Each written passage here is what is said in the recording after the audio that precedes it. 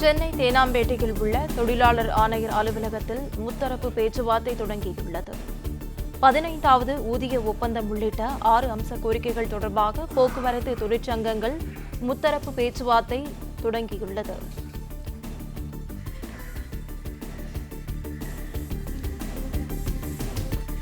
சென்னை தேனாம்பேட்டையில் உள்ள தொழிலாளர் ஆணையர் அலுவலகத்தில் முத்தரப்பு பேச்சுவார்த்தை தொடங்கியுள்ளது.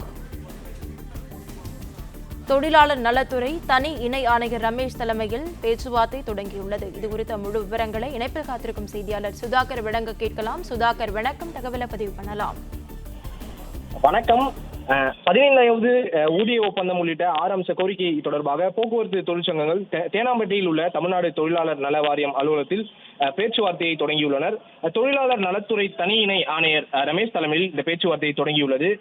போக்குவரத்து தொழிலாளர்களுக்கான 15வது ஊதிய ஒப்பந்தம், நிலுவையில் இருக்கக்கூடிய ஓய்வு பெற்றவர்களுக்கான 96 மாத ஓய்வூதிய பணப்பலன்கள் வழங்க வேண்டும், அகவிலைப்படியை வழங்க வேண்டும், காலி பணியிடங்களை நிரப்ப வேண்டும் உள்ளிட்ட 6 அம்ச கோரிக்கைகளை வலியுறுத்தி போக்குவரத்து தொழிற்சங்கத்தினர் கடந்த ஜனவரி மாதம் வேலை நிறுத்த போராட்டத்தில் ஈடுபட்டனர். தொடர்ச்சியாக தொழிலாளர் நலத்துறை, போக்குவரத்து தொழிற்சங்கங்கள் மற்றும் போக்குவரத்து துறை உடனான முத்தரப்பு பேச்சுவார்த்தை நடைபெற்று வந்தது. குறிப்பாக பல்வேறு கோரிக்கைகளை வலியுறுத்தி போக்குவரத்து தொழிற்சங்கத்தினர் போராட்டத்திலும் ஈடுபட்டிருந்த நிலையில் முத்தரப்பு பேச்சுவார்த்தை தொடர்ந்து 4 கட்டங்களாக நடைபெற்றிருந்தது. 4 கட்டங்களாக நடைபெற்று வந்த இந்த பேச்சுவார்த்தையிலும் உடன்பாடு எட்டப்படாத நிலையிலே தொடர்ந்து வந்தது. இந்த நிலையில் பிரதான கோரிக்கைகளை நிறைவேற்ற வேண்டும் என தொழிற்சங்கத்தினர் தொடர்ச்சியாக வலியுறுத்தி வருகின்றனர். தொழிலாளர் நலத்துறையின் சார்பில் மேற்கொள்ளப்படக்கூடிய இந்த முத்தரப்பு பேச்சுவார்த்தைக்கு நேற்று அழைப்பு விடுக்கப்பட்டது. தேனாம்பேட்டையில் உள்ள தமிழ்நாடு தொழிலாளர் நல வாரியம் அலுவலகத்தில் அண்ணா தொழிற்சங்கம், CITU, AITUC உள்ளிட்ட தொழிற்சங்கம் பேச்சுவார்த்தைக்கு வருகை தந்துள்ளனர்.